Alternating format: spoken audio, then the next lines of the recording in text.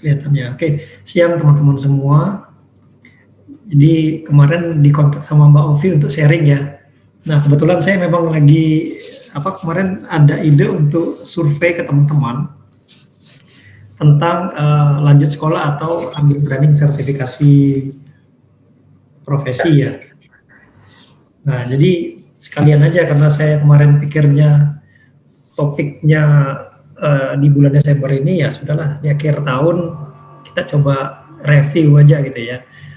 Kalau nanti kita selesai dari tahun 2020 ini, kita mau menyusun lagi planning kita di 2021 dan seterusnya mau seperti apa, terutama untuk jalur karir kita, dan bisa di pendidikan, bisa di pekerjaan gitu ya. Nah jadi topiknya dikasih judul sama Mbak Ovi itu menarik juga kemarin. Jadi saya kemarin kasih judulnya nggak terlalu provokatif itu ya. Tapi Mbak Ovi bisa buat judulnya sangat provokatif. Dan terima kasih Mbak Ovi ya. Jadi saya sesuaikan aja judulnya, slide saya dengan lanjut sekolah atau sertifikasi profesi aja gitu ya. Oke. Nah, saya mau mulai dari sebuah cerita sambil menunggu teman-teman yang lain nanti yang akan join lagi gitu ya. Nah, sebelum ke materi yang lebih dalam, jadi saya mau cerita dulu di tahun 2011, 2013 itu saya pernah bekerja dan di sana sempat mengalami satu lonjakan upah sektoral, upah minimum waktu itu gitu ya, di eranya SBY. Jadi di sana lonjakannya sangat besar sekali dan saya waktu itu masih merekrut karyawan untuk lulusan dari SMA, D3, sarjana gitu ya. Nah, terjadi lonjakan besar upah untuk tingkatan SMA ini, operator, itu sedikit memukul perusahaan ketika mereka harus merekrut karyawan.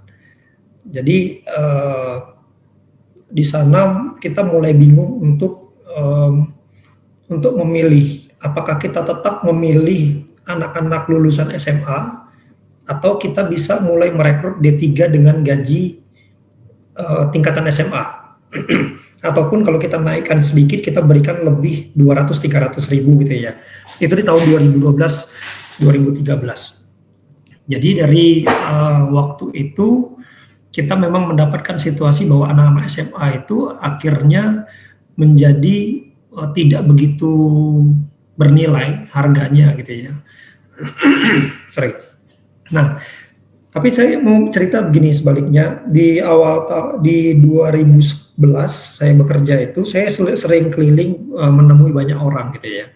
Karena saya di bagian rekrutmen waktu itu, jadi saya mulai mempelajari kebutuhan-kebutuhan SDM, tenaga kerja atau manpower untuk beberapa pekerjaan dan posisi. Nah, jadi sepanjang perjalanan itu saya mulai mempelajari begini. Di tahun 2011, 2012, dan 2013 itu kita memang mencari level operator itu di tingkatan SMA, ya, lulusan SMA. Tapi di tahun 2012 semenjak terjadi kenaikan UMR yang begitu dahsyat itu, kita mulai mengalihkan pandangan kita dari mencari anak-anak SMA ke anak-anak D3, lulusan D3 yang mau bekerja sebagai operator. Ya, karena saya di pabrik, jadi kita mencari operator dengan level paling bawah lah, ceritanya begitu ya. Nah, dan itu menarik saya, membuat saya mencari tahu bagaimana sih perkembangan dunia pendidikan ini dalam karir gitu ya, dalam dunia kerja.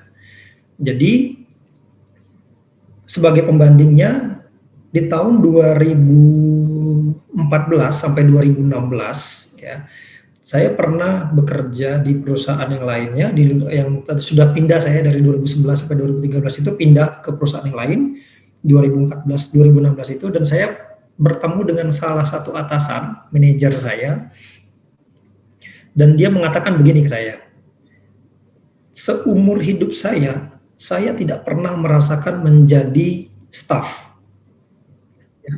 Saat dia mengucapkan itu, dia sudah berusia 62 tahun.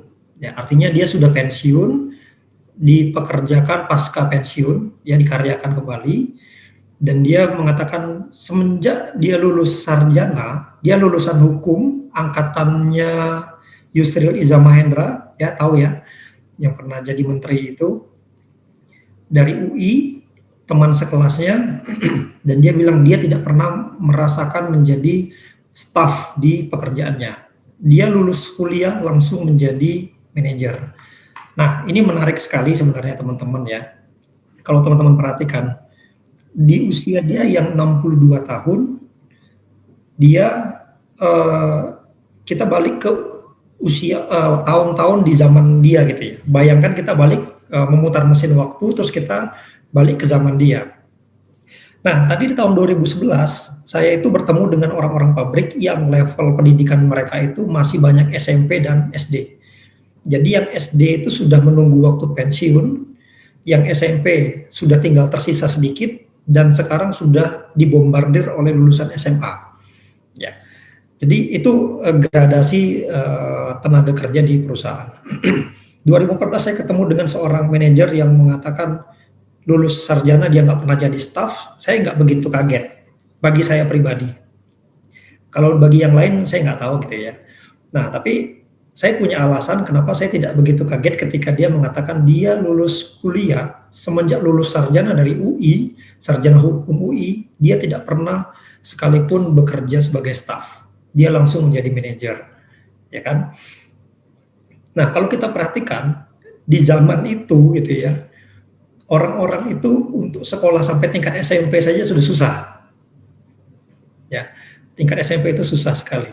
Artinya kalau kita berkaca kepada orang tua kita, ya, orang tua kita itu pastilah orang-orang yang berjuang keras bisa sekolah sampai lulus SMA atau mereka bisa lulus kuliah, ya. Rata-rata orang generasi orang tua kita itu kalau mereka bukan dari kota besar atau Pulau Jawa, kebanyakan mereka akan berpendidikan atau tingkat pendidikan hanya sebatas SMP atau SMA di tahun itu gitu ya.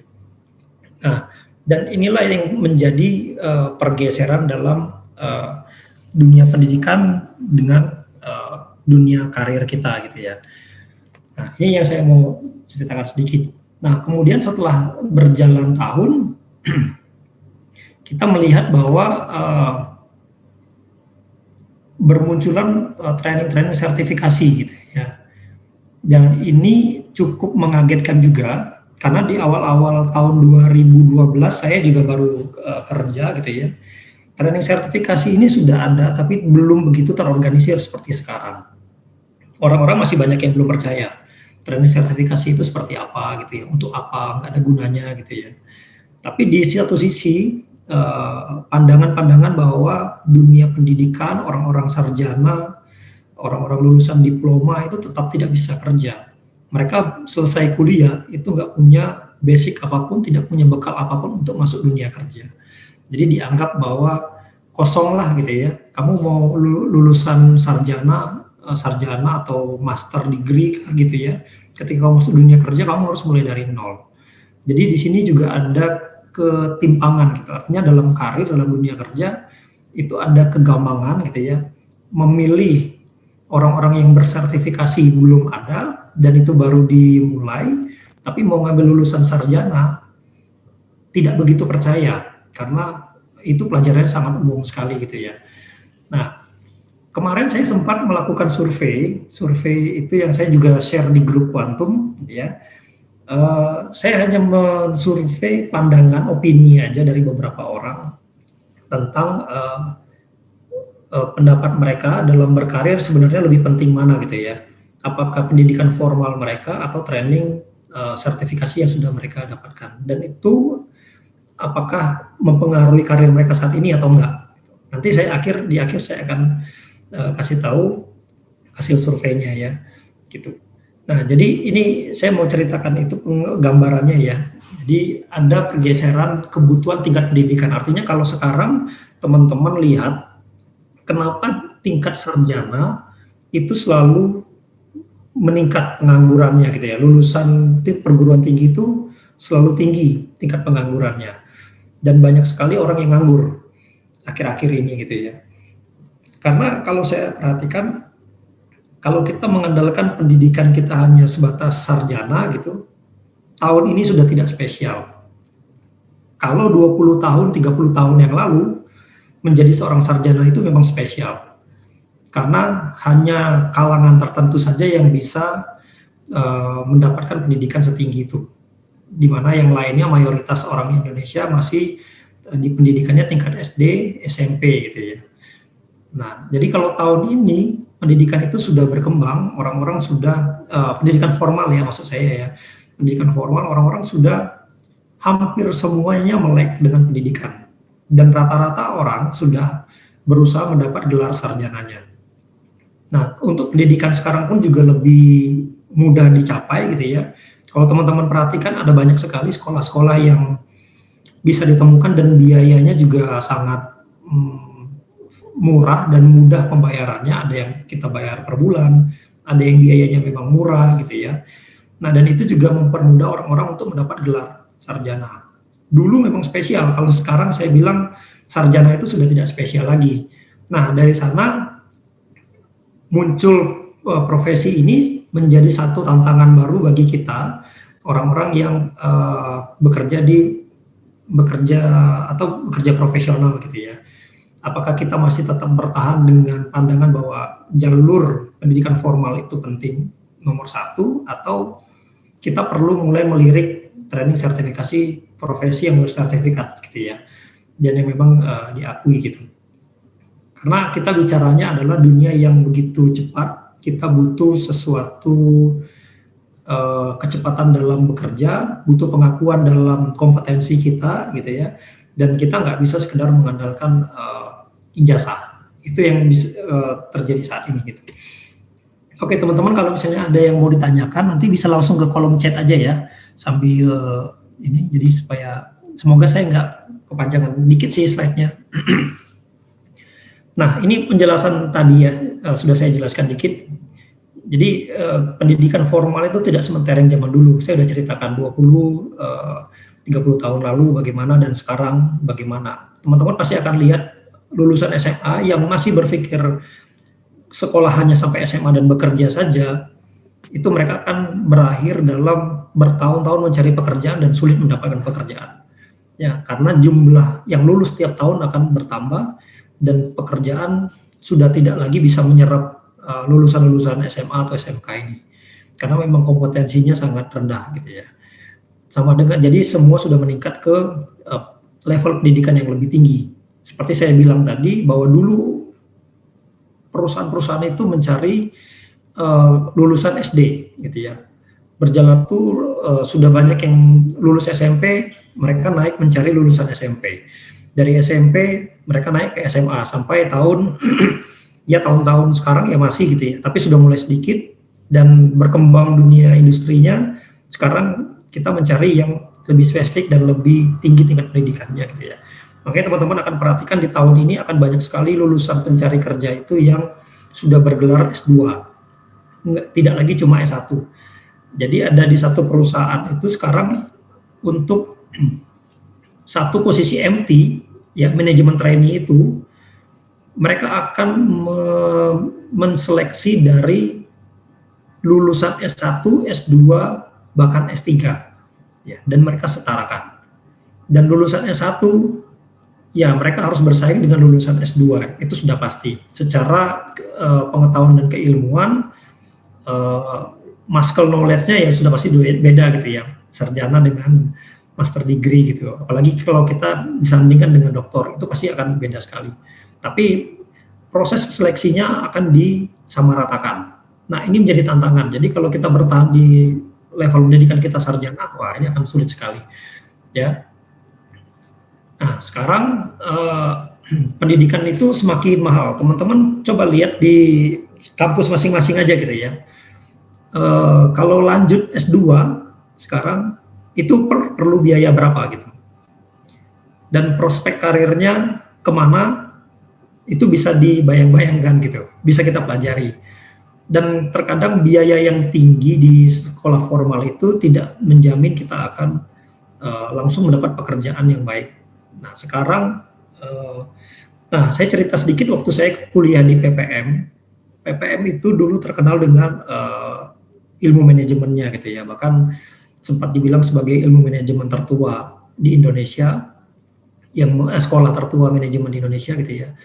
Jadi awalnya yang masuk ke sana pasti akan dapat pekerjaan yang mentereng gitu, bagus gitu, pasti akan langsung diterima dan bekerja. Nah, ternyata mungkin saya bilang bukan karena kampusnya, bukan karena ilmunya, tapi memang dunia sudah berubah dan lulusan manajemen itu banyak sekali. 2014 saya lulusan manajemen itu banyak banget. Dari kampus mana aja coba teman-teman sebutkan. Hampir di semua provinsi mereka pasti punya lulusan manajemen. Dan lagi ilmu manajemen itu adalah ilmu yang umum, walaupun di dalamnya kita punya peminatan. Nah, saya yakin juga di beberapa jurusan yang lain juga akan sama. Ya, dan kita akan berpikir bahwa kalau kita bisa kuliah dengan tinggi-tinggi, kita bisa dapat pekerjaan yang terbaik gitu ya. Nah, tapi itu tidak menjamin sama sekali. Ya, kemudian ada juga pandangan yang menyatakan bahwa pendidikan dan dunia nyata, karir gitu, dunia kerja itu berbeda banget gitu ya. Jadi jangan berpikir bahwa dunia pendidikan itu bisa kita bawa ke pekerjaan. Bahkan ilmu kita di dunia pendidikan pun, di sekolah pun tidak bisa dibawa ke pekerjaan. Ya ini hanya persepsi ya. Kalau memang kita pintar dan kita mengerti celahnya, ilmu pengetahuan itu sangat berguna di dunia kerja. Ya, bukan sia-sia kok selama kita mengikuti pendidikan. Ya, oke. Nah, saya mau cerita sedikit juga di sini ada BNSP. Saya cek datanya di Badan Nasional Sertifikasi Profesi itu sekarang aja sudah ada 1.827 LSP ya di bawah lisensi BNSP dan sudah mensertifikasi 4 juta orang sejak tahun 2006 sampai 2020. Banyak juga sih. Gitu ya. Dan ini cukup menarik. 1.827 LSP di Indonesia ini saya nggak tahu bisa mengcover atau enggak seluruh kebutuhan sertifikasi. Nah, ini muncul lembaga sertifikasi ini pun juga cukup kontroversial gitu ya, karena beberapa pekerjaan itu tidak berusaha menjadi eksklusif, tidak mau sertifikasi gitu. Atau memang beberapa pekerjaan menolak untuk sertifikasi profesi karena memang mereka sudah profesi gitu ya. Misalnya akuntan gitu ya. Akuntan itu sudah ada sekolahnya sendiri. Advokat itu sudah ada prosesnya sendiri gitu ya.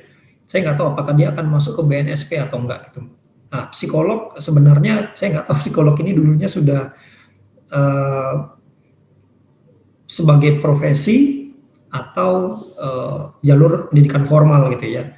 Karena ketika kita anggap itu sebagai jalur pendidikan formal, psikolog atau psikoterapis misalnya, psikoterapis sekarang itu akan bersaing ketat dengan hipnoterapis gitu ya, atau terapi behavior, terapis behavior gitu ya, terapis perilaku gitu ya.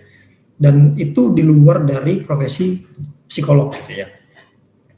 Nah, itu ada banyak sekali dan teman-teman perlu hati-hati juga kalau misalnya melihat lembaga sertifikasi atau komunitas organisasi yang memberikan sertifikasi gitu ya. Karena ada banyak sekali grup-grup misalnya semacam grup WhatsApp, semacam komunitas gitu ya. Mereka menawarkan training sertifikasi dan biayanya murah banget. Biasanya bisa sampai 80% lebih murah daripada training sertifikasi yang diberikan oleh perusahaan yang sudah tersertifikasi oleh BNSP atau dia sudah punya dapat izin gitu ya untuk menyelenggarakan training bersertifikasi.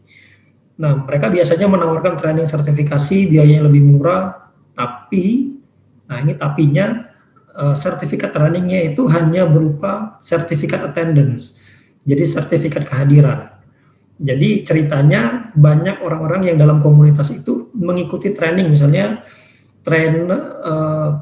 lisensi training behavior analyst misalnya gitu.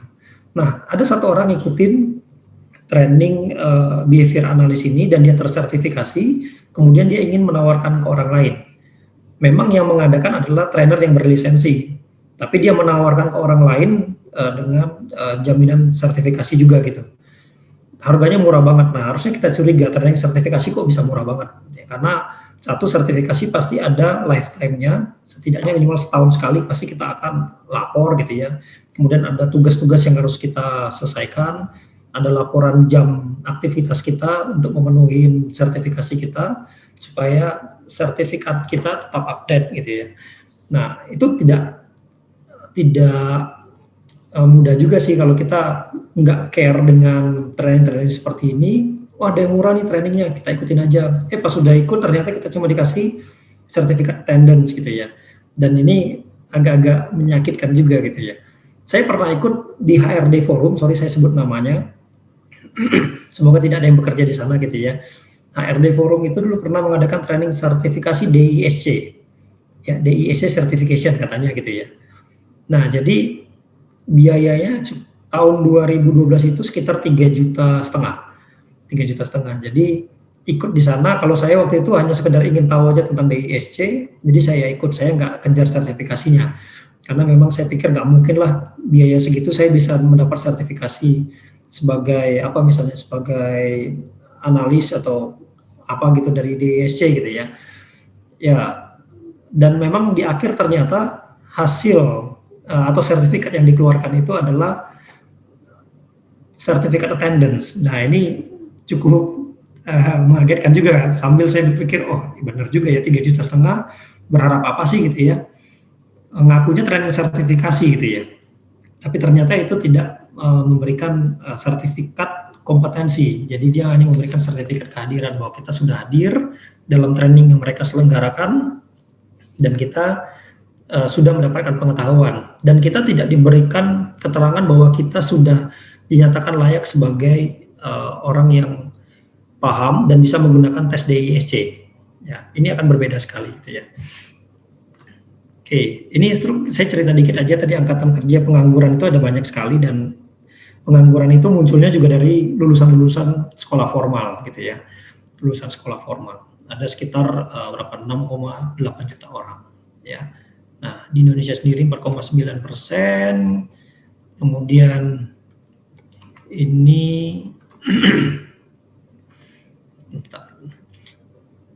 bekerja lulusan universitas baru naik gitu ya, naiknya sedikit-sedikit, tapi jumlahnya dibandingkan jumlahnya besar banget gitu ya, dan nggak terlalu signifikan.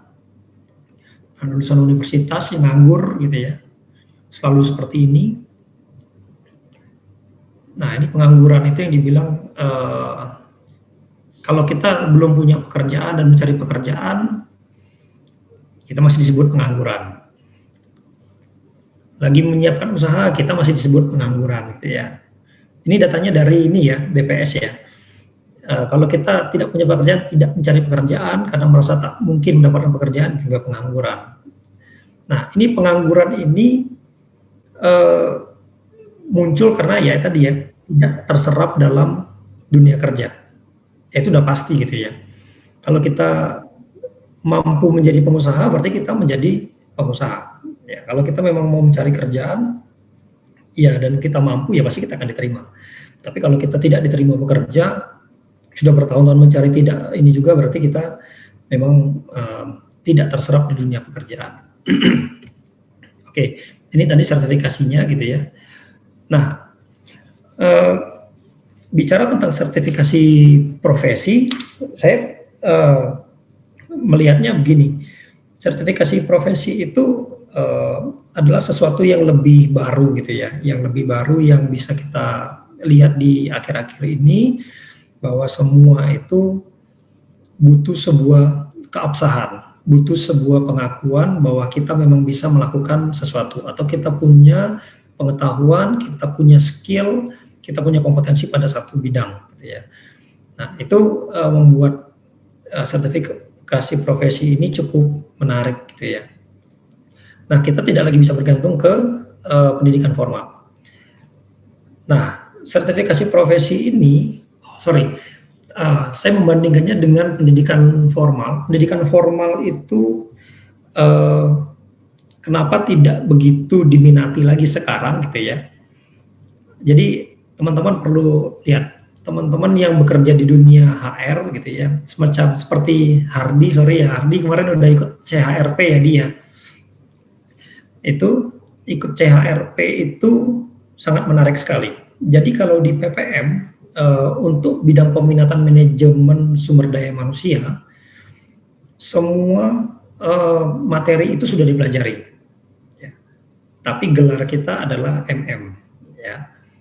Sementara teman kita bekerja atau yang mengambil training sertifikasi CHRP, dan itu memang sudah diakui karena memang profesi yang sudah berjalan lama, yang jadi pengajar juga orang-orang terkenal dan punya posisi yang bagus di pekerjaan mereka gitu ya, dan ini menjadi lebih diminati. Ya. Kalau sekarang ditanya lulusan manajemen masih perlu nggak untuk ngambil training sertifikasi? Perlu gitu ya, perlu banget. Kenapa? Karena kalau kita bicara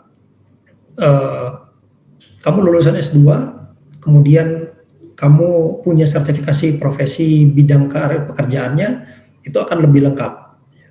Karena satu, saya bilang tadi bahwa training sertifikasi itu menawarkan sesuatu yang lebih spesifik, yang baru gitu ya, dan kekinian.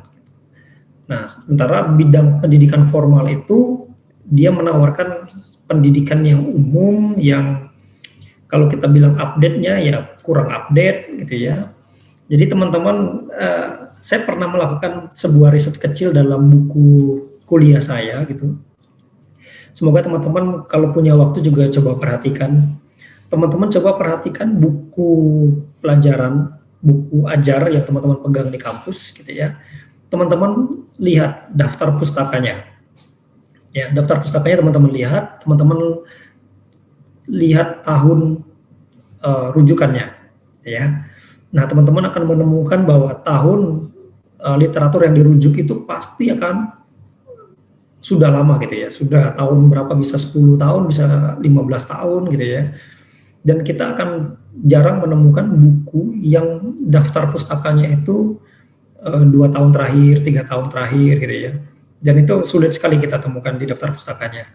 Dan itu yang membuat kalau saya bilang pendidikan ya tidak begitu cepat untuk menangkap perubahan yang terjadi di ini ya, di dalam dunia industri atau dunia karir seperti yang dijalankan. Jadi kalau kita diskusi dulu, saya pernah diskusi dengan kepala pasca sarjananya di PPM, saya tanyakan bagaimana prosesnya supaya satu ilmu, satu profesi, atau satu topik yang sudah terbukti di dunia pekerjaan, di dunia karir. Misalnya kita bicara data analitik dulu ya. Data analitik di tahun 2000 berapa itu ya, 2016 sudah mulai ramai, people analytic kita lanjut, dan itu kan sudah berkembang banyak. Tapi di beberapa kampus tidak siap untuk masukkan itu ke dalam kurikulum pendidikan, dan mereka hanya hadirkan itu sebagai kuliah umum misalnya gitu ya, atau tambahan dosen tamu gitu ya, atau ada sesi seminar di kampus. Tapi untuk dijadikan mata kuliah mereka tidak berani. Jadi saya tanyakan kenapa tidak bisa gitu kan. Jadi jawabannya di pendidikan itu tidak semudah yang lainnya gitu. Karena dunia pendidikan itu satu ilmu itu harus diuji dulu. Saya lupa harus diuji berapa kali gitu ya. Harus dapat sanggahan, harus bisa dibuktikan, harus diterima oleh semacam komite gitu ya. Jadi ada yang menerima bahwa topik misalnya data analitik atau people analitik itu sudah teruji secara riset, secara ilmiah, dan itu baru bisa dijadikan mata kuliah untuk satu jurusan gitu ya.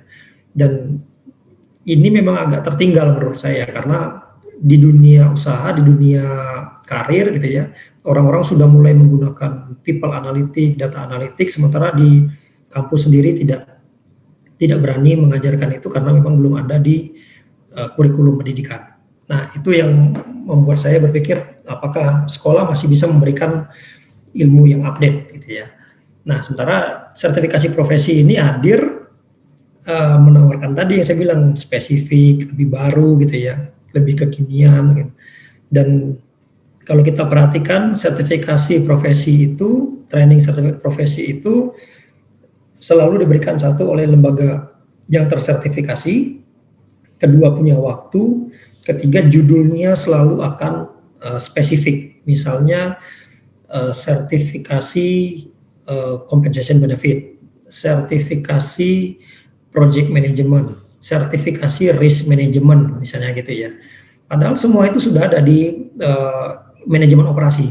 Ya, di manajemen operasi itu sudah dipelajari semua. Manajemen risiko. Di manajemen keuangan sudah ada manajemen risiko. Tapi ketika kita mengambil sertifikasi risk management, kita punya daya tawar yang lebih baik ketika kita masuk dunia kerja. Bahkan ada satu cerita untuk direktur di perbankan, ya, teman-teman kenal Pak Joseph gitu ya, Pak Joseph Bataona itu yang pernah menjabat direktur HR-nya Unilever. Dulu pensiun dari Unilever, dia melanjutkan ke Danamon. Ya, di Danamon dia akan dimasukkan, ya dia akan jadi direktur, tapi karena dia dari industri ke perbankan, dia harus mengikuti sertifikasi risk management. Ini ceritanya dia dalam artikelnya ya. Jadi dia agak bingung gitu ya, karena ternyata di perbankan harus lulus sertifikasi manajemen risiko. Padahal dia selama ini di SDM dia nggak berpikir tuh manajemen risiko menjadi satu kompetensi yang harus dia penuhi gitu. Jadi dia harus ngikutin training risk management, dan itu wajib untuk seluruh direktur di perbankan. Dan kan ini cukup menarik ya, di dunia karir malah kita lebih mensyaratkan sertifikasi profesi ya, yang itu independen. Kita tidak mensyaratkan diharuskan untuk memiliki pendidikan S2 gitu ya, pendidikan S3 gitu, sudah enggak. Nah, teman-teman juga bisa nanti coba browsing di Jobstreet atau di mana gitu ya. Teman-teman akan mulai menemukan bahwa lowongan pekerjaan itu tidak lagi sekaku dulu. Kalau dulu masih sempat kita menuliskan HRD, harus lulusan psikologi, harus lulusan manajemen SDM gitu ya. Nah, sekarang sudah enggak. Lulusan teknik industri, lulusan teknik gitu ya. Tekniknya disembunyikan teknik apa, yang penting lulusan teknik gitu ya. Dan itu terbuka. Jadi kita bergelar sarjana apapun, kita punya peluang yang sama untuk bekerja di satu bidang tertentu gitu. Ya. Nah, dan sertifikasi profesi ini sekarang menjadi menarik juga karena itu terupdate terus, dan kita bisa punya bukti yang absah menunjukkan bahwa kita memang kompeten dalam satu bidang. Kalau saya sekarang mencari vendor gitu ya, vendor pekerjaan apapun, kita pasti akan bertanya mana sertifikat kompetensinya. Ya, kalau kita di kantor sekarang untuk menjalankan mesin gitu ya, sekarang harus punya sertifikat untuk menjalankan mesin. Kita nggak bakal tanya kok, kamu pendidikanmu apa? Oh, pendidikannya teknik mesin gitu. Oke, kamu teknik mesin, punya sertifikat kompetensi nggak? Training profesi operator mesin nggak? Tidak. Oh, kamu tidak layak untuk menjadi operator mesin. Sampai sebegitunya di dunia pekerjaan gitu ya.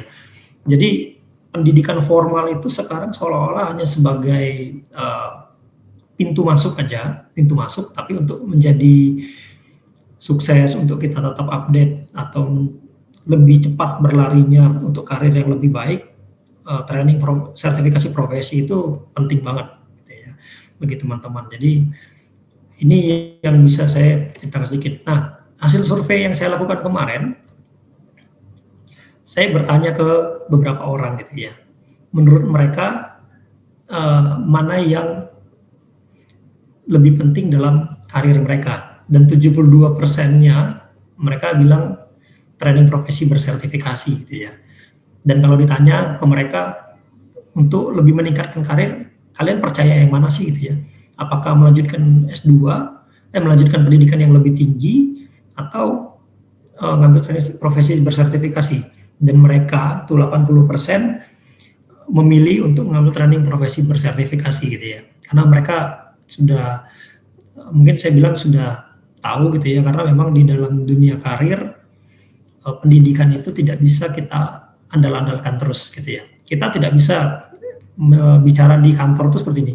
Saya kan lulusan UI, saya kan lulusan Sanata Dharma, saya kan lulusan UGM. Itu nggak berlaku gitu ya. Saya kan lulusan teknik mesin luar negeri, saya kan lulusan Jerman, saya kan lulusan itu nggak berlaku. Jadi mungkin ini juga yang saya tebak gitu ya, bahwa orang-orang yang di posisi mereka sekarang ini lebih percaya training profesi bersertifikasi untuk karir mereka dan peningkatan karir mereka. Jadi partisipan survei ini kemarin juga cukup beragam gitu ya, dari supervisor sampai ke direktur. Dan tingkat pendidikan mereka juga cukup beragam, dari yang sarjana sampai ke doktoral, doktor, dan cukup menarik. Dan saya sempat ngulik juga datanya, ada juga doktor yang berpikir bahwa yang terbaik itu pendidikan formal, ada ya. Dan doktor yang berkata bahwa lebih baik training profesi bersertifikasi itu lebih banyak ya. Dari beberapa dokter yang ngisi kuesioner ini, mayoritas dokter itu lebih mengatakan bahwa training bersertifikasi profesi itu lebih mendukung karir mereka ya. Oke. Nah, ini gambarannya aja ya, saya ceritakan dikit. Nah, untuk yang posisi manajerial ke atas, ya mereka 73% percaya training profesi bersertifikasi lebih mendukung gitu ya. Nah, pengembangan diri mereka, ya mereka tetap akan memilih training profesi bersertifikasi. Nah, yang menariknya adalah 65% yang setuju training bersertifikasi mendukung karir itu laki-laki gitu ya. Jadi perempuan 82,61% perempuan yakin bahwa karir mereka didukung oleh training profesi bersertifikasi dan tetap mengembangkan diri pada training profesi bersertifikasi. Oke, ini gambaran sedikit dari survei itu. Jadi kalau sebagai penutupnya saya mau bilang ke teman-teman, pendidikan formal tetap penting, tapi sekarang value-nya tidak sebegitu kuat seperti 20 atau 30 tahun yang lalu. Ya, perlu tetap menyelesaikan pendidikan, iya.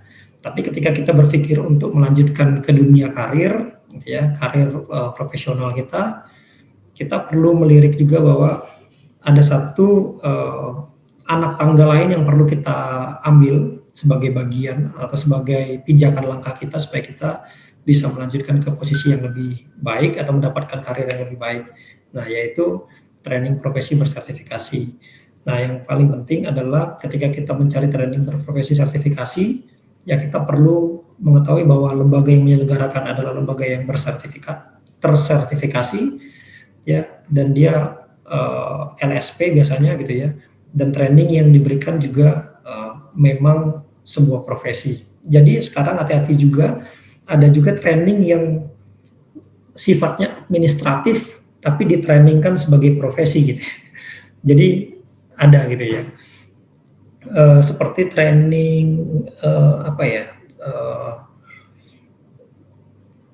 nanti saya coba lihat ya, ada training yang pekerjaannya itu administrasi tapi dibuatkan sebagai training profesi, dan itu menurut saya ya dipaksa aja gitu ya. Jadi teman-teman perlu melihat bahwa training profesi training profesi bersertifikat itu seharusnya adalah training yang kalau kita ikuti itu akan memberi value lebih untuk kita gitu ya. Jadi bukan sekedar bersertifikasi, tapi memang hasil dari training itu kita dinyatakan punya kompetensi untuk melakukan itu, dan kita bisa melakukan itu tanpa ikatan apapun gitu ya. Dan kita tidak bergantung misalnya, oh saya harus melakukan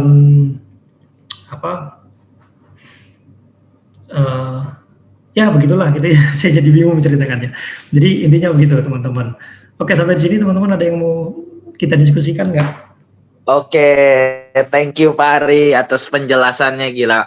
Ini berguna banget ya buat kita, apalagi yang masih bingung gitu kan, mau lanjut studi lagi atau mau ngambil training bersertifikasi. Oke, kita buka sesi tanya jawab. Nah, untuk teman-teman yang ingin langsung bertanya boleh unmute. Nah, kalau yang ingin ditanyakan oleh saya sebagai MC boleh diketik di kolom chat. Silahkan. Ari, saya mau nanya, menurut Pak Ari, berarti kalau secara begitu mungkin nggak di masa mendatang training sertifikat itu akan mengalahkan kampus-kampus, Pak Ari? kalau melihat berdasarkan hasil survei, kan kebanyakan kan yang kita lihat itu orang kan memilihnya training bersertifikat ya, dibanding pendidikan yang formal ya. Berarti kalau begitu ada kemungkinan dong training bersertifikat pada di masa mendatang dia akan mengalahkan yang namanya pendidikan formal kuliah gitu Pak. Itu gimana Pak? Sekarang itu kita sedang menuju kompetensi super spesialis gitu ya. Jadi sebenarnya spesialisasi kita itu menjadi semakin terang dengan adanya training-training profesi bersertifikasi seperti ini. Jadi teman-teman pasti akan tahu gitu ya. Kalau teman-teman lihat di kampus-kampus sekarang, dosen-dosen mereka itu gelarnya panjang-panjang. Tidak seperti dulu. Ya, kalau dulu itu profesor, doktor, insinyur, atau di belakangnya S apa, M apa gitu ya. Mereka akan panjang kalau mereka sekolahnya bisa banyak. Kalau sekarang sudah enggak. Dosen-dosen itu sekarang sudah mulai juga ngambil training profesi sertifikasi gitu ya. Bahkan mereka sendiri yang sebagai pengajar di universitas pun juga mulai ngambil pendidikan-pendidikan profesi yang spesialis, yang spesifik. Nah, kalau kita bilang apakah kedepannya pendidikan akan dikalahkan oleh training bersertifikasi, saya nggak tahu ya. Tapi saya menebaknya begini, kedepannya kampus-kampus itu akan bertransformasi menyediakan training-training bersertifikasi. Di samping sebagai pendidikan formalnya gitu ya, di samping menyediakan pendidikan formal.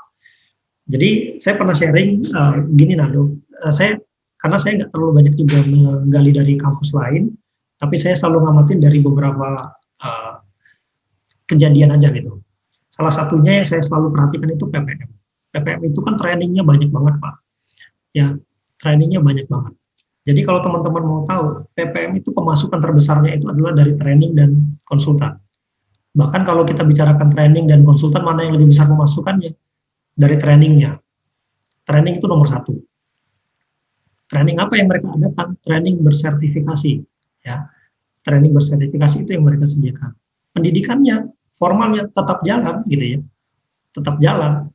Jadi saya pernah satu kali kita belajar yang namanya Competence Based Human Resource Management. Itu jadi satu mata kuliah Pak Eko. Satu mata kuliah. Dan di lembaga trainingnya mengadakan sertifikasi CBHRM, Certified Competence Based Human Resource Management. Ya. Jadi saya nego sama dosen. Bu, saya bilang, bisa nggak ya? Saya kan belajar nih, 1 semester belajar CBHRM. Boleh nggak saya ngambil sertifikasinya aja di lembaga training? Jawabannya apa? Oh nggak bisa. Karena apa yang kita pelajari di sekolah, di kelas, dengan waktu kita ngikutin training, itu berbeda banget. Kalau di kelas kita belajar teorinya, kalau di trainingnya kita belajar how to-nya, gitu ya. Jadi itu memang sudah terpisah gitu.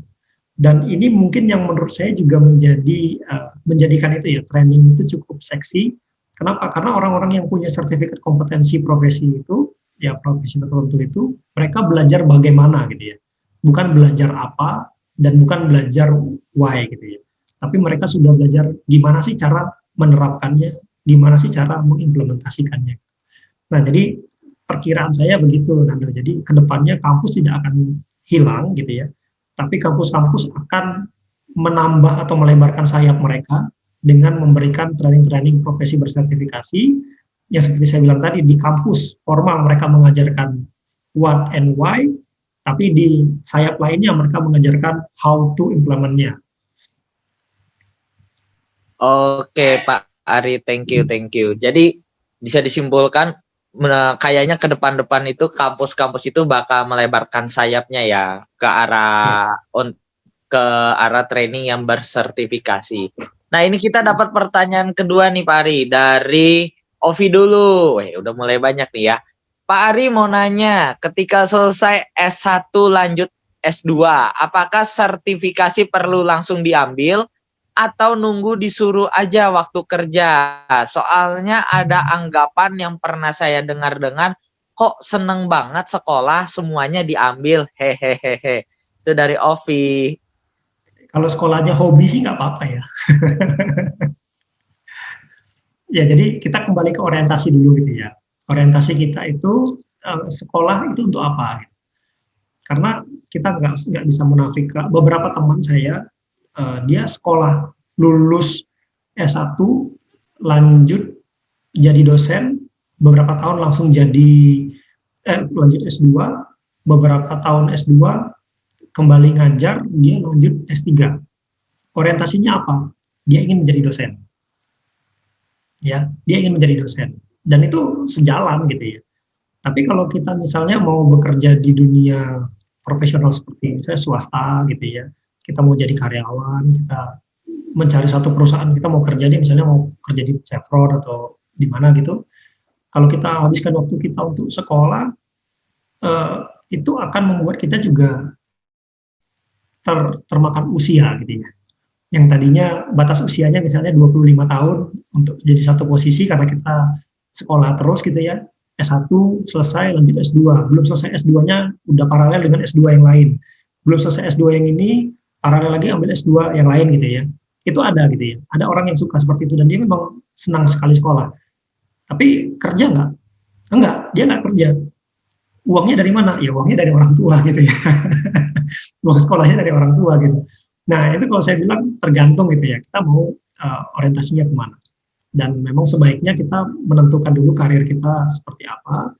Dan training profesi itu biasanya akan menjadi semakin kuat ketika kita sudah tahu bidang pekerjaan yang mau kita geluti.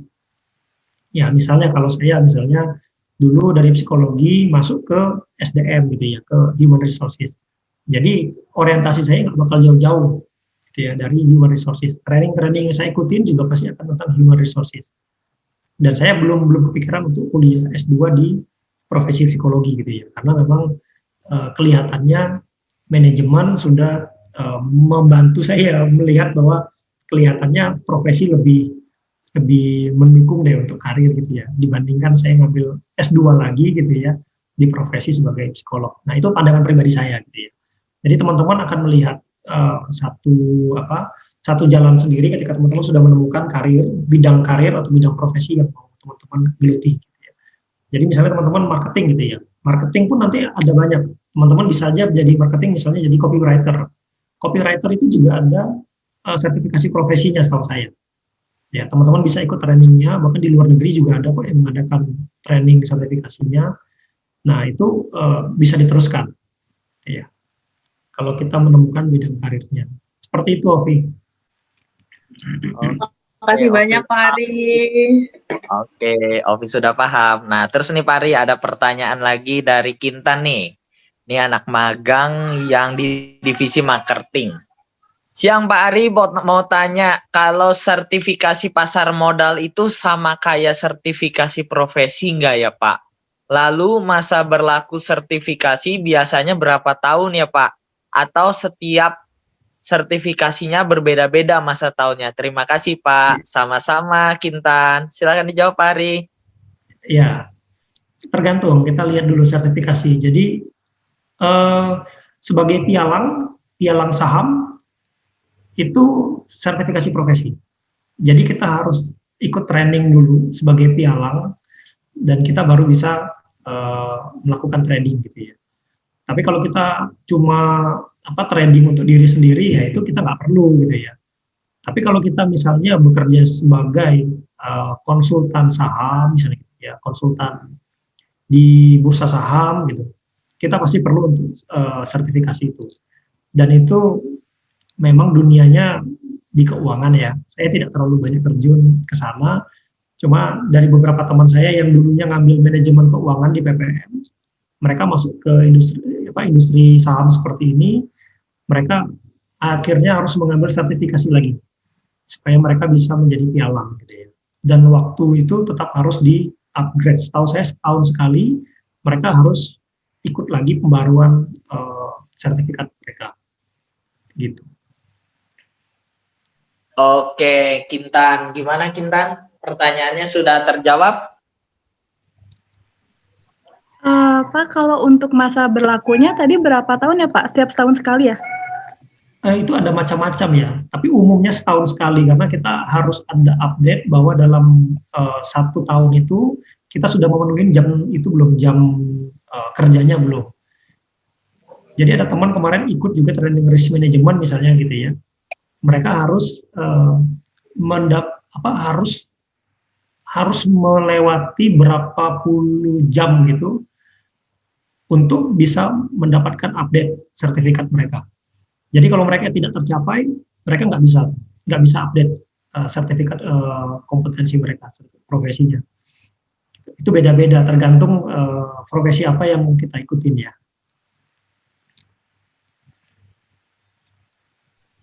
Oke, gimana? Kita udah. Contohnya ini, Ari, kalau kita mau memperbarui izin praktek profesi, itu harus melampirkan 12 proyek yang terakhir yang kita ikuti. Dan izin profesi itu 2 tahun sekali diperbarui ya, kalau untuk yang psikologi ya. Psikologi 2 tahun ya Pak ya. Ya, dan harus ada 12 proyek yang diikuti sebagai lampiran untuk kita mengajukan perpanjangan izin praktek. Itu contohnya gitu ya. Jadi ada yang setahun, ada yang 2 tahun, tergantung masing-masing profesi sih, macam-macam. Lalu teman-teman, apa sih bedanya antara ngambil S2 dengan ngambil sertifikasi, dengan ngambil profesi? Ya, jadi sebetulnya sekarang Indonesia dengan Pak Nadiem ini mencoba untuk mengadopsi caranya Amerika. Kalau di Amerika, begitu lulus SAT. SAT itu sebetulnya TPA. Sekarang menjadi UTBK TPS di PTN sebetulnya gitu ya. Tapi itu juga dipakai untuk CPNS, untuk melihat tes potensi akademis ya. Itu adalah sistemnya Amerika. Lalu begitu S1, dia harus praktek 1 tahun di dunia kerja. Dia harus praktek 1 tahun untuk masuk ke dunia kerja sebelum dia bisa lulus sebagai sarjana. Nah, di sini sekarang dengan kampus Merdeka yang dicanangkan mulai tahun ini, sebetulnya itu. Makanya kemudian semua kampus mewajibkan mahasiswanya sebelum lulus untuk sebetulnya kepinginnya itu 6 bulan. Tapi beberapa kampus ada yang masih 3 bulan ya. Tapi nanti kayaknya akan diseragamkan menjadi minimal 6 bulan. BINUS kemarin sudah mensyaratkan untuk IT dan accounting harus 1 tahun. Kita ketemu dengan BINUS ya kemarin ya. Dan BINUS ngomong untuk IT dan accounting harus 1 tahun. Praktek kerja di perusahaan sebelum dia lulus. Dan praktek kerja itu SKS-nya antara 16 sampai 20 SKS. Dari 144 SKS yang syarat lulus S1, 16 sampai 20 SKS adalah harus bekerja di perusahaan. Betul-betul internship magang. Jadi kemudian itu yang akan menjembatani antara kamu S1 cuma teori sama praktek. Prakteknya bukan didapat dari sertifikasi, tapi betul-betul belajar on the job training di dunia kerja gitu. Nah, sebetulnya on the job training di dunia kerja ini memang akhirnya sertifikasi itu membantu dan itu sudah dilakukan di Amerika sejak dulu. Aku tahun 95 itu mengambil sertifikasi untuk graduate program. Jadi sebutan sertifikatku itu adalah graduate certification program. Aku bukan dilatih untuk menjadi S2 master, tapi aku dilatih untuk tersertifikat. Waktu itu aku ngambil 2 sertifikasi masing-masing 12 SKS, 12 SKS. Yang satu adalah individual counseling, aku dilatih betul-betul untuk bagaimana mengkonseling secara individu. Dan yang satu lagi case management. Case management adalah ketika ada satu kasus, bagaimana aku menyelesaikan kasus itu secara holistik. Karena satu kasus di psikologi itu nggak cuma tersangkut pada orang yang bermasalah. Pasti tersangkut keluarganya, tersangkut komunitas, tersangkut masyarakat, tersangkut apa yang bisa disediakan pemerintah untuk membantu dia nggak jadi narkoba lagi, nggak jadi narapidana lagi. Dan itu ketika dibawa ke Indonesia nggak jalan. Karena di Indonesia ketika ada satu orang narapidana atau satu orang narkoba atau satu orang mengalami gangguan jiwa yang diterapi hanya orang itu. Keluarganya nggak diterapi, lingkungannya nggak ada perubahan. Lalu pemerintah nggak menyediakan resource untuk membuat orang itu bisa berfungsi kembali di masyarakat. Beda sekali dengan di Amerika gitu. Jadi waktu aku dapat sertifikasi itu akhirnya sertifikasi ini percuma. Dan aku ngambil 12, 12, 24 SKS ya. Sebetulnya kalau aku ngambil 12, 12 lagi jadi 48 itu jadi master. Udah master ya. Jadi itu sebetulnya cuma kayak 1 tahun dari master gitu ya. Cuma seperempat yang aku ambil. Aku setengah gitu. Sebetulnya kalau aku ngambil 2 sertifikasi lagi, aku bisa kemudian disebut sebagai psikolog untuk konselor gitu. Aku bisa dapat master. Tapi aku enggak. Dan itu dilakukan oleh UC California Riverside extension. Dia nyebutnya extension. Jadi bukan yang lembaga yang mengadakan untuk menjadi graduate, master, S2. Tapi lembaga yang memfasilitasi dunia kerja agar dunia kerja itu mendapat sertifikat dan sertifikatnya bisa dipakai untuk di dunia kerja. Nah, sertifikat yang diberikan ini betul-betul bukan teori. Makanya tadi Ari benar. Yang master belajar teorinya. Tapi yang profesi atau yang sertifikasi belajar how to-nya. Bagaimana menggunakan teori itu untuk praktek. Yang belajar teori arahnya menjadi dosen, ngomongkan teori nggak pernah praktek. Sementara yang praktek nggak usah tahu teori. Yang penting kamu bisa menggunakan alat itu. Kamu bukan untuk menyusun alat itu. Jadi bedanya gini teman-teman. Yang satu mempelajari bagaimana daya kuda dan kecepatan mesin dan bagaimana mesin mobil ini bisa bekerja. Itu adalah insinyur mesin. Tapi yang satu langsung bongkar pasang Avanza. Tanpa harus tahu ngitung daya kudanya dan sebagainya, tapi bisa nyambung kabel dan kemudian membuat Avanza ini spare part-nya rusak diganti dan Avanza bisa berjalan. Insinyur mesin nggak bisa bongkar Avanza. Dan yang bongkar Avanza kalau disuruh ngitung kecepatan dan sebagainya nggak bisa. Jadi ini dua hal yang betul-betul berbeda gitu, teman-teman. Makanya kemudian sekarang tergantung kamu. Memang betul kalau kamu kepingin kayak contohnya psikologi dulu ada 2 ya. Satu profesi, sekarang pun masih ya, applied science sama science ya. Yang satu applied, yang satu science. Kalau applied itu profesi berarti selama 2 tahun kamu betul-betul langsung praktek. Pagi sampai malam kamu praktek melakukan. Tapi kalau yang science itu dari pagi sampai malam kamu baca jurnal, baca referensi-referensi, lalu membandingkan jurnal dan referensi itu untuk mengambil kesimpulan, lalu kamu ujian untuk master dan lebih ke arah statistik. Bagaimana kamu membuktikan hipotesamu terbukti apa enggak. Tapi kalau yang applied, sama sekali enggak. Applied itu misalnya kamu sekarang mau belajar grafis, ya udah, kamu dari pagi sampai malam menginterpretasi grafis dan ngambil grafis dan buat report. Nanti ujiannya juga mempertanggungjawabkan apakah reportmu ini benar apa enggak gitu. Tanpa kamu harus membuat skripsi. Jadi terus memang ininya beda gitu ya teman-teman. Tapi kalau ngelihat ke depan ya moga-moga sistem pendidikan di Indonesia kemudian mulai memadukan itu ya, bahwa ternyata nggak cuma teori, sekarang ada 1 tahun diwajibkan itu akan membuat kamu praktek. Tapi selama kamu praktek itu sebetulnya kamu sertifikasi secara tidak resmi sebetulnya. Karena toh kalau kamu mengerjakan itu kamu akan bisa meskipun tanpa sertifikat. Cuma kalau ada sertifikasi yaitu menunjukkan bahwa kamu sah. Tapi kamu punya sertifikat belum tentu kamu pinter. Ini yang jadi masalah gitu. Seringkali orang cuma mengandalkan sertifikat begitu diuji nggak bisa. Makanya tergantung sertifikasimu itu betul-betul kamu memang ahli atau sertifikasi cuma kamu sekedar hadir di training itu. Tapi apakah kamu bisa apa enggak? Who knows? Tapi ada orang yang kemudian betul-betul dia ahli. Nah, sebetulnya ahlinya ini loh yang dicari oleh dunia kerja. Karena dunia kerja kan nggak butuh sertifikat ya sebetulnya. Tapi kamu mampu nggak sih melakukan? Dan ketika melakukan, kamu benar apa enggak? Sesuai dengan target apa enggak? Itu sebetulnya yang dituju. Pergeserannya begini Pak Eko. Di beberapa perusahaan sudah mulai menerapkan bahwa misalnya kita mau ke ini aja misalnya dunia SDM gitu ya. Kan kita sekarang mulai ditanya sertifikat apa terkait SDM yang kita punya gitu ya. Bahkan sebagai rekruter pun sekarang ada sertifikasinya. Gitu. Dan ini memang menarik dan sudah mulai menjadi persyaratan bahwa masuk pertama kita harus punya sertifikat kompetensinya. Perkara nanti itu digunakan atau tidak itu menjadi persyaratan. Karena ditambah juga dengan sistem audit mutu Pak, sistem audit mutu di beberapa perusahaan dan manajemen K3. Semua pekerjaan itu harus dilakukan oleh orang-orang yang tersertifikasi kompetensi di bidangnya. Ya. Dan ini sangat menguatkan bidang profesi ini untuk kita ambil sebenarnya gitu ya, melengkapi pekerjaan kita. Itu yang membuat konflik antara misalnya kalau di psikologi antara ikatan profesi dengan sertifikasi gitu. Mereka bentrok rebutan apa ya? Rebutan ini bagaimana untuk kemudian disahkan, diakui, diresmikan gitu ya. Yang profesi ngomong seperti ini, yang sertifikasi ngomong seperti ini, dan mereka rebutan sebetulnya gitu.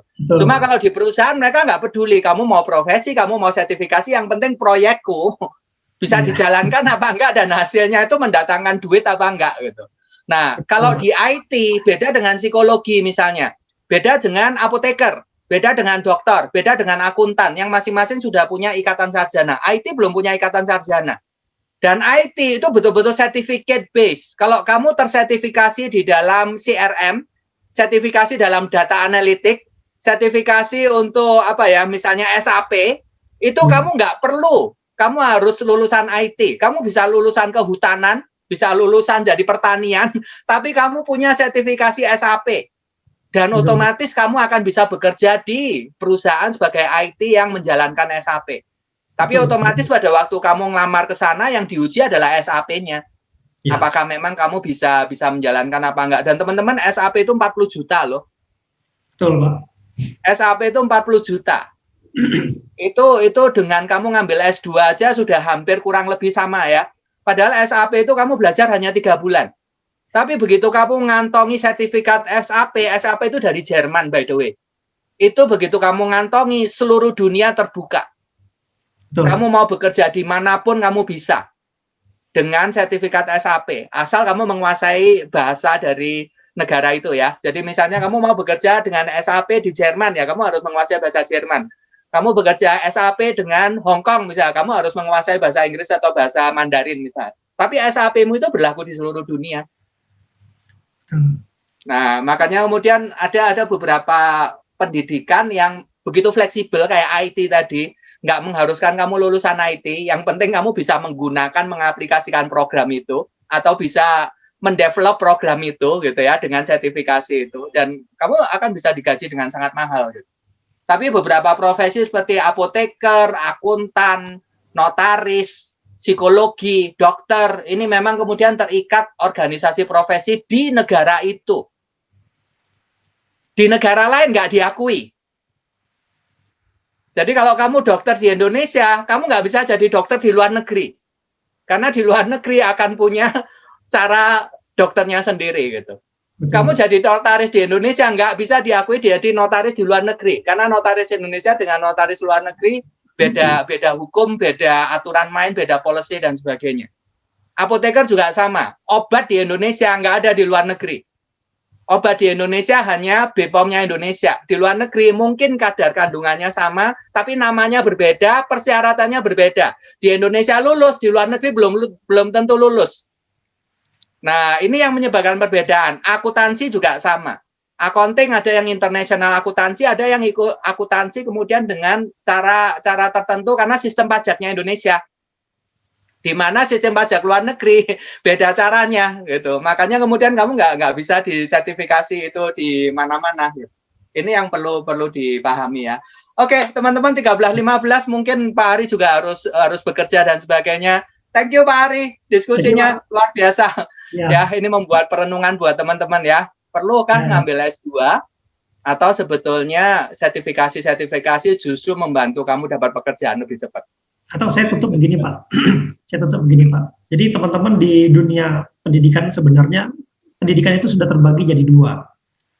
Satu pendidikan yang jalurnya adalah profesi, dan yang kedua pendidikan yang sifatnya sains. Yang profesi itu misalnya advokat, kemudian dokter, psikolog gitu ya, atau chef gitu ya. Nah itu kan profesi-profesi lewat jalur pendidikan, ya.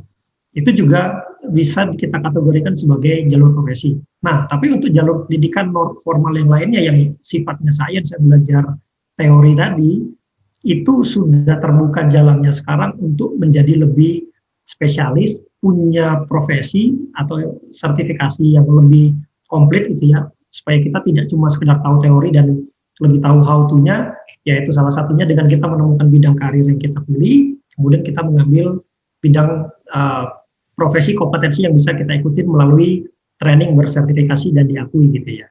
Itu bagian perenungan aja, jadi supaya kita bisa melihat langkah kita ini jalan bercabangnya kemana aja, dan kita mau memilih langkah yang cabang mana gitu ya. Jalan yang besar dilalui banyak orang atau jalan kecil yang dilalui sedikit orang gitu ya. Ya, itu saja. Oke, thank you teman-teman semuanya. Thank you for watching our video. Don't forget to like, comment, and subscribe.